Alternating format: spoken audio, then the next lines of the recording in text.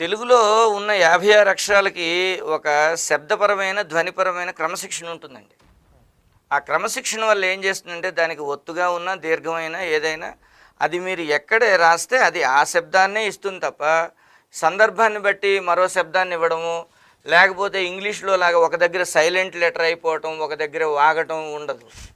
ఇంగ్లీష్‌లో ఈ silent letter system చాలా ప్రమాదమైంది. ఎందుకు అది సైలెంట్ అవ్వాలి? అది అవసరం లేనప్పుడు రాయడం ఎందుకు? ఇప్పుడు ఎంఐఎల్కే మిల్క్ అంటాం, డబ్ల్యూఏఎల్కే వాక్ అంటాం.